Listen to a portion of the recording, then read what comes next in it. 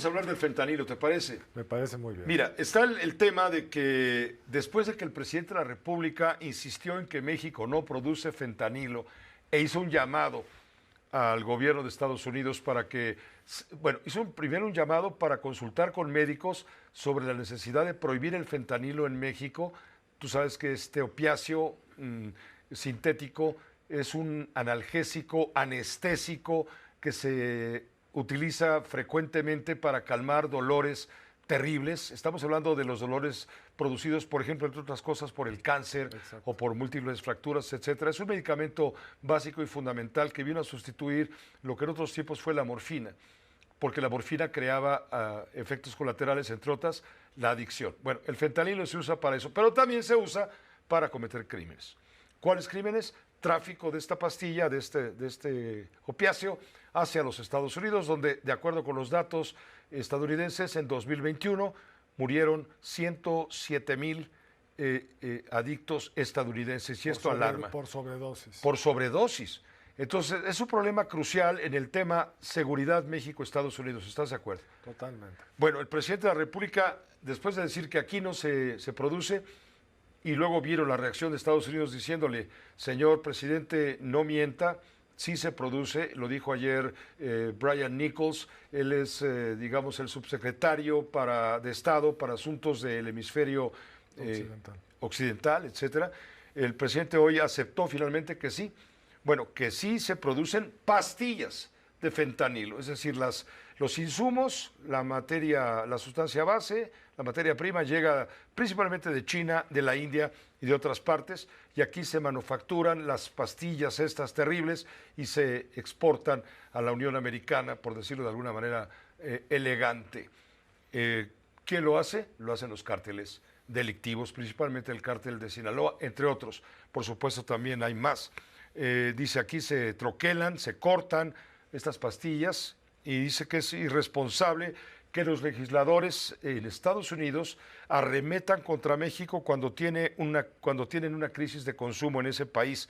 Dice, es canallesco. Apenas ayer el presidente propuso que médicos y científicos mexicanos, estoy leyendo textual, sustituyan el uso del fentanilo con otro analgésico, pero hoy ya aceptó la producción de la droga en territorio nacional, que sí se está ocurriendo. Te voy a poner, Carlos, lo que está sucediendo. No, es que es una materia prima que se trae de Asia. ¿Pero aquí no hay laboratorios? Ah, no, sí, pero esa materia prima, lo que se hace aquí, yo sostengo que llega más fentanilo de manera directa a Estados Unidos y a Canadá que lo que llega a México. Entonces aquí lo que se hace es que se hacen pastillas, las troquelan. Bueno, hoy le viene una respuesta al presidente de la República de parte del senador demócrata estadounidense Bob Menéndez, quien dice que el presidente de México está engañando sobre la grave situación de seguridad derivada justamente del tema del crimen organizado, del narcotráfico, etcétera. Lo dijo de este modo Bob Menéndez. Dijo que no hay fabricación de fentanilo en México. Eso es simplemente falso.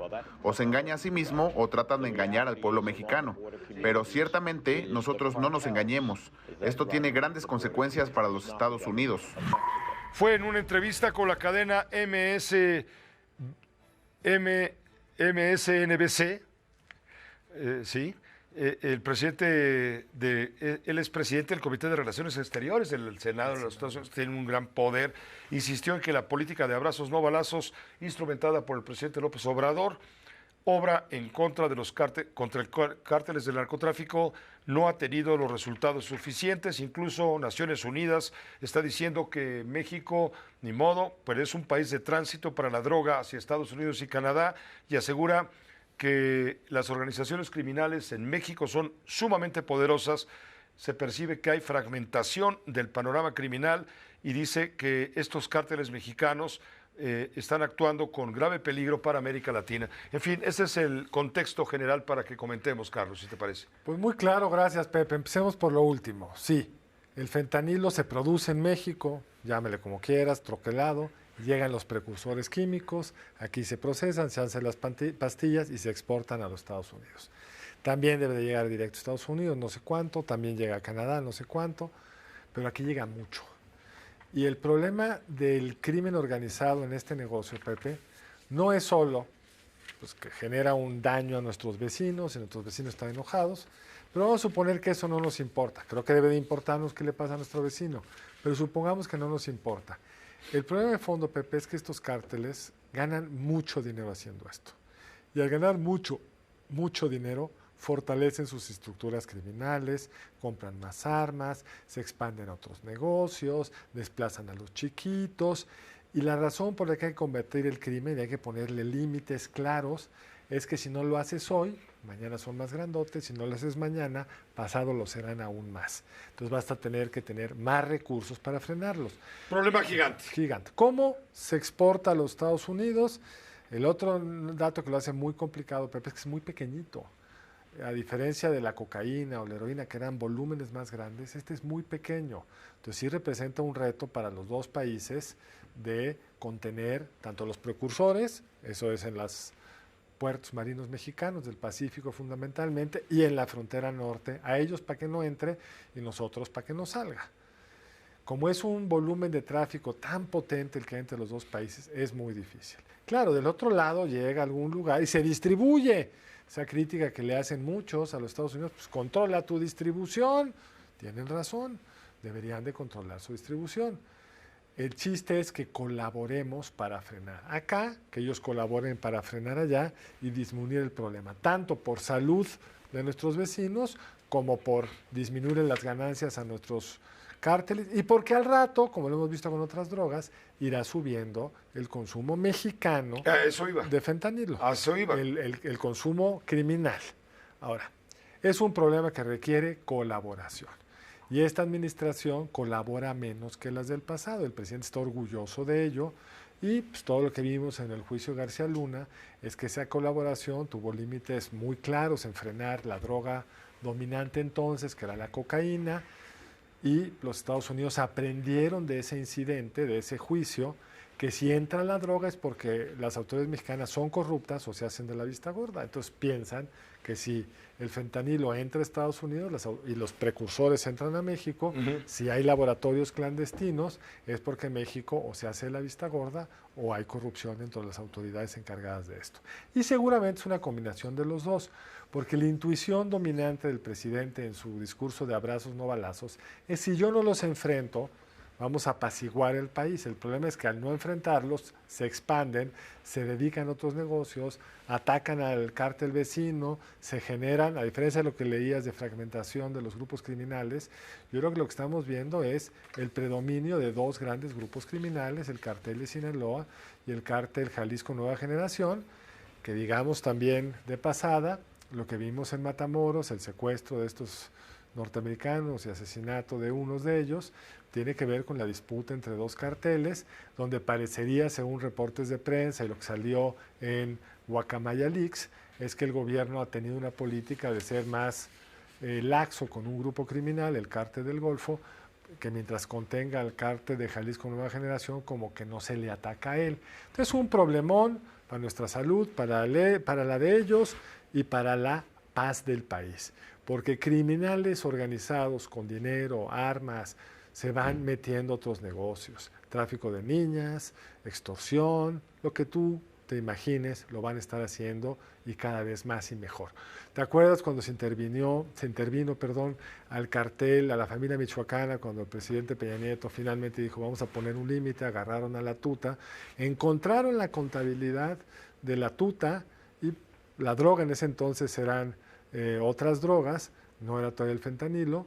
La droga no era el negocio mayor, en ese caso el negocio mayor... Era la extorsión. No, era la exportación de mineral de fierro. Respecto al uso médico del mismo, veo que tenemos que hacer un corte rápido, respecto al uso médico del mismo, pues yo todavía estoy esperando que la vacuna patria que va a desarrollar los científicos mexicanos me la pueda yo poner. No ha pasado, pero seguramente falta poco.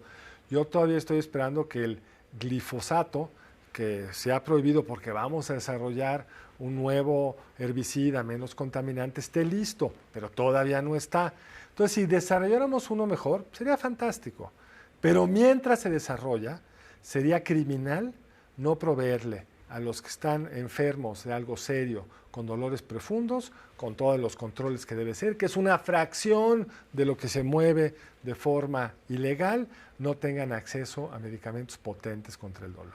Con cuidado, porque la crisis en Estados Unidos de adicción a los opioides empezó cuando ciertas farmacéuticas inventaron que sus opioides no generaban adicción, sí las generaban, se recetaban con enorme libertad y eso generó el origen de esto que estamos viendo, es la sustitución de esas drogas que ahora controlan mucho mejor en Estados Unidos por esta que es más potente, más pequeña, y por ser tan potente, si se pasa un poco, y como no hay Cofepris que... Puede ser mortal, sí. Se vuelve mortal, no puede ser, te pasas un poquito y te mueres, no hay nada que hacer.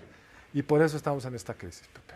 Gracias, Carlos. Gracias por esta reflexión. Gracias a ti, bienvenido a esta gran instalación. Gracias, bienvenido tú. Hay que hacer un panel para que lo conozca nuestro público. Claro que sí, lo haremos con una cámara portátil cuando las cosas estén funcionando al 100%. Exacto, cuando no estén los cartones. Sí, porque ahorita llegas y abres la llave del agua caliente y se prende el microondas. Exacto, o se apaga el micrófono. Sí, sí, exactamente, o no llega el audífono. Exacto. Que te vaya muy bien, Carlos. Igualmente, buenas noches. Pepe. Esta fue una producción de Grupo Fórmula. Encuentra más contenido como este en radioformula.mx.